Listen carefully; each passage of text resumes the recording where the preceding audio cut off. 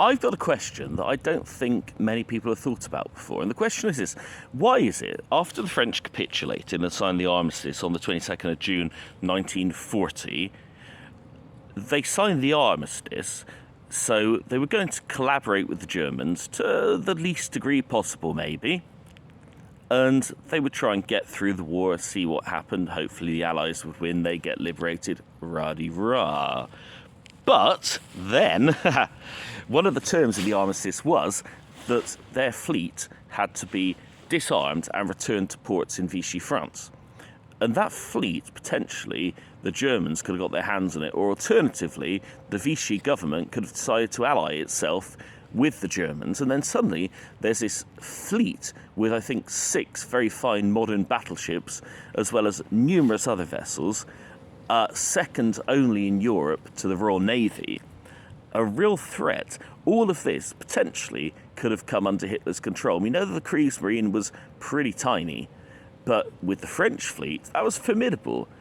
That would really alter the balance of power. Not entirely, no, but once the Italians, as they went on to do just a little later, joined, as we knew they were going to most likely anyway, with the Italian fleet, a very large modernised battle fleet, here we're talking about the balance of power in the Mediterranean, totally reversed against the British, and even threatening the North Atlantic as well. We're talking about a fleet here of similar size in terms of capital ships to the British, if you combine the French, the Italian, the Germans. It's becoming very problematic.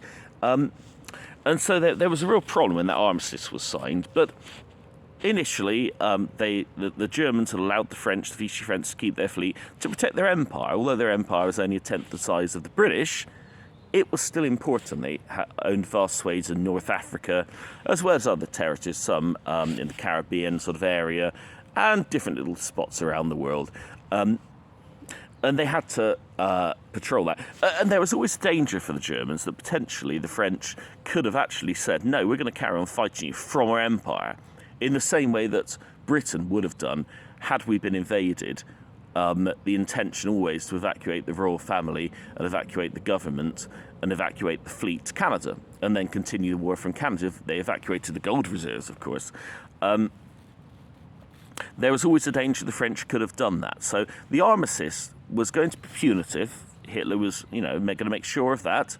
But it was not going to be utterly humiliating to the French, although he did make them sign it in the railway carriage at Compiègne, the same one where the Germans had signed the armistice in 1918.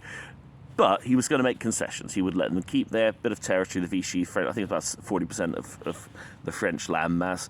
They'd have their own government there, and it was a separate government to a degree, albeit collaborative, and they could keep their fleet, but it was to be disarmed. Okay, but the question here is, why didn't Vichy France declare war on Britain? You might say, well, they had no reason to declare war on Britain, and had they done so, would it have made any difference? I mean, they were a beaten power. Well, interestingly, it's a big question, because Vichy France, had they behaved in the way I believe Britain would have done under the same circumstances, they should have declared war on us. So, for example, at Mirs El Kabir in Algeria, 3rd of July 1940, we know that the British fleet, part of Operation Catapult, attacked the French there at the harbour in Iran and destroyed one battleship. The Bretagne actually exploded, killing everyone on board pretty much.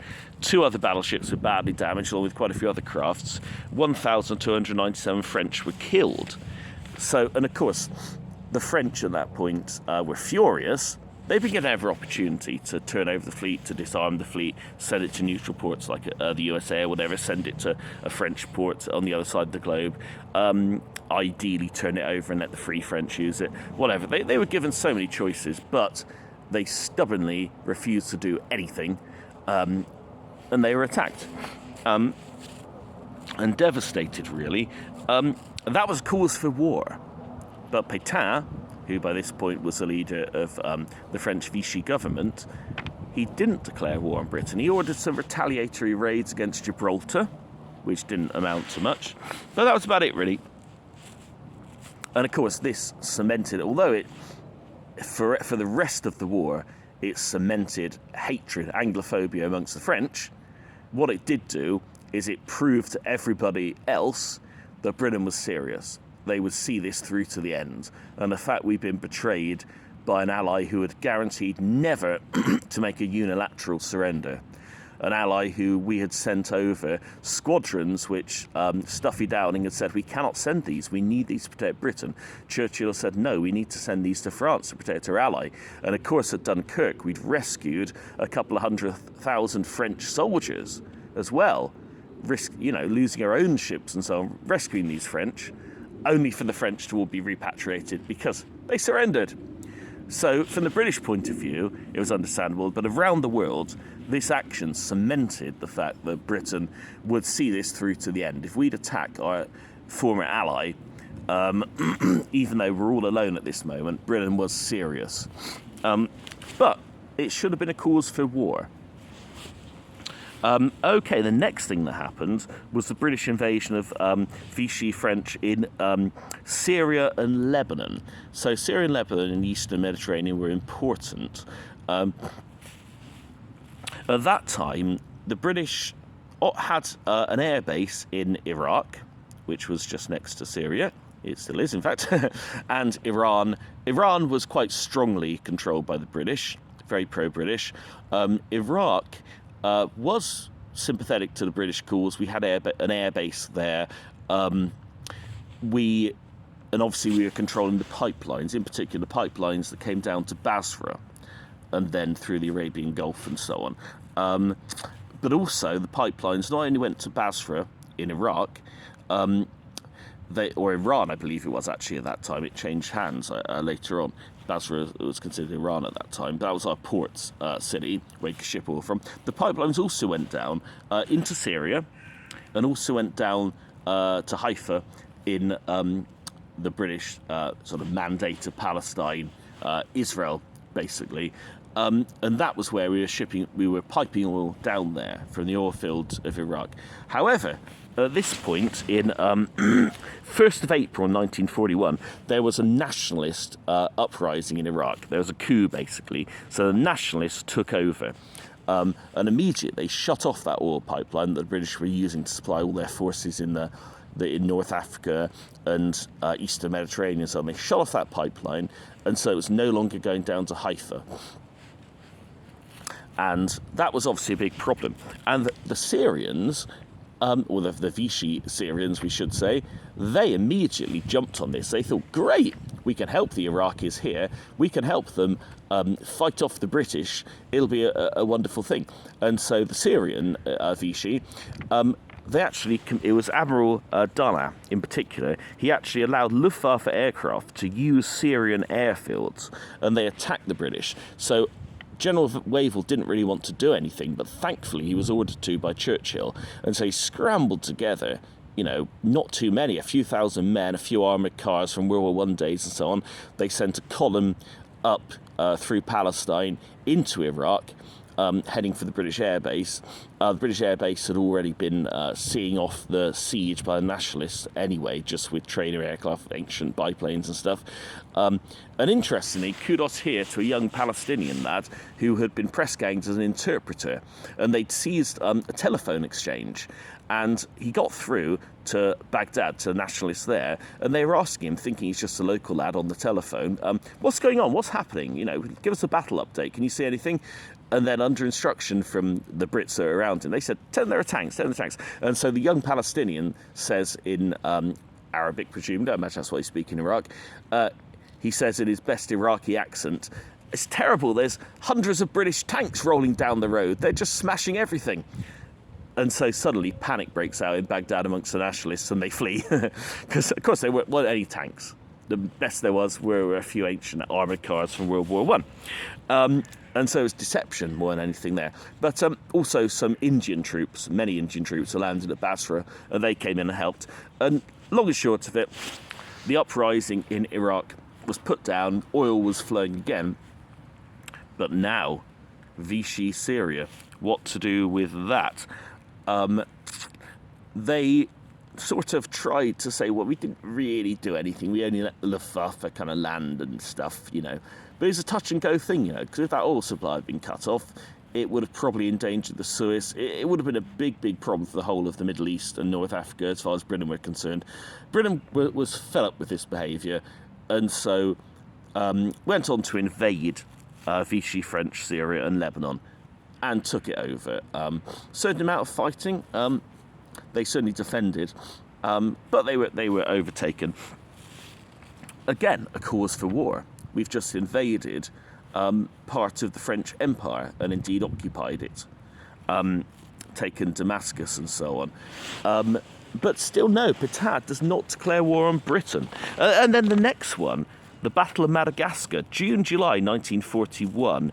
Why was Madagascar important? Well, it was potentially a base for Japanese submarines to threaten British convoys around the Cape of Good Hope and everything. We just didn't want the Japanese to be able to use it as a base. And so it was invaded again. They resisted bloodily. Actually, the attempt was just to take the port of Diego Suarez, just control the port. Then there was nowhere for the Japanese to base their submarines anyway. Britain could have a little naval base there and stuff. And that would have been fine. But the way it happened is it's expanded from that. Couldn't seem to reach an agreement with the Vichy French controllers of government of Madagascar. And so you ended up battling over quite a long period of time to control the whole of Madagascar. But interestingly, it wasn't until, it went on from 5th of May to 6th of November. That was called Operation Ironclad. And this is an interesting point. Not many people know that Madagascar has the most pure stocks of natural graphite in the world. And almost as soon as we seized control of it, 5,000 tons of this pure graphite was shipped over to America to Enrico Fermi, who was the head of the Manhattan Project, at that time working at Chicago University in the gym, where he was making the first atomic pile, as they called it. It was a nuclear reactor. And they'd been having problems that the reactor wouldn't go critical. The math said it should go critical, but it didn't seem to.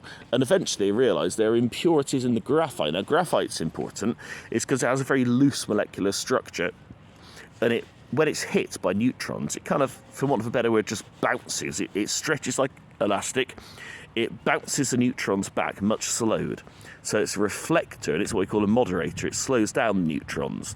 But the problem is there was a lot of boron in the graphite that they had, and it was absorbing too many neutrons, and this is why it wouldn't go critical.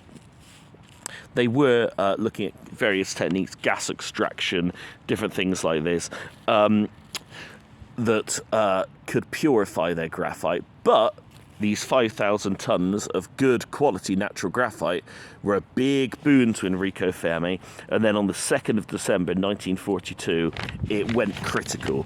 And that was the first self-sustaining nuclear chain reaction in history. And that was an important step on the production of the atomic bomb and atomic energy.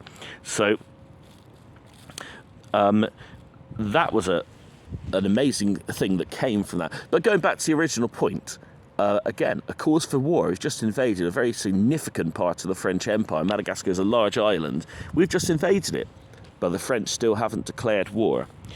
And then on it goes. Obviously, come December of 1942, it's the torch landings, which are primarily American, but also British in the west side of Africa, North Africa.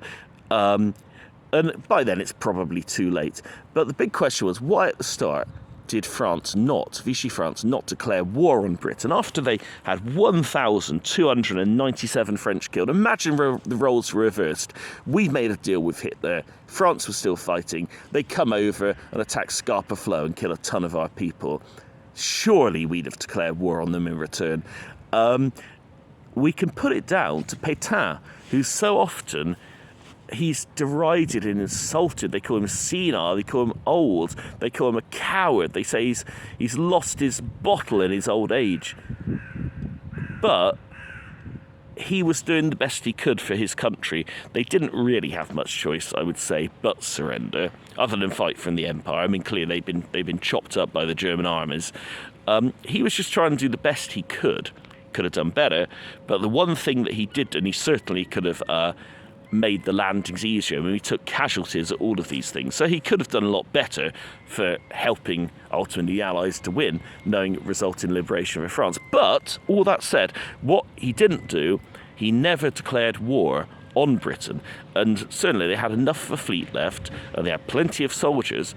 If France had actually declared war on Britain, formed itself into one united army and fully collaborated with the Germans, and what they would have got back, there was things to gain. They never got back all their prisoners of war. The Germans captured many of their soldiers when they invaded France, and the French thought they'd get them back after the armistice. But no, the Germans were trading them off. If you give us this, we'll give you that. If you let Luftwaffe aircraft land in Seria, we'll give you back 2,000 soldiers, and this sort of thing. So the benefits of full collaboration would have been large, but Petain didn't do it. So in a way, Petain, although obviously he was sentenced to death, that was commuted to life imprisonment for his collaboration, we should be thankful that Petain showed restraint and ultimately did not declare war on Britain, because it wouldn't have changed the outcome of the war, I don't believe, but it would have been a considerable thorn in Britain's side if France had fully collaborated with Germany, especially after we gave them every cause for war, really. Anyway, hope you enjoyed that. Any thoughts in the comments? Go for it.